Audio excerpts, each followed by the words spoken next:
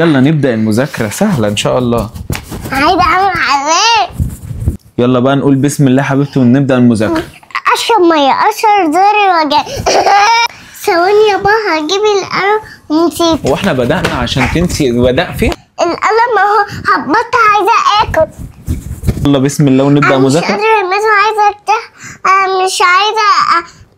مش عايزة اكمل مذاكرة. هو احنا بدأنا نذاكر؟ اقعدي هنا، تعالي انا عارف ايه اللي هيخليك تذاكري. اقعدي هنا. دي مش كشاكيل تفتح النفس على المذاكرة. دقيقة واحدة وجايلك. دول بقى يفتحوا اللي هيفتحوا نفسك على المذاكرة.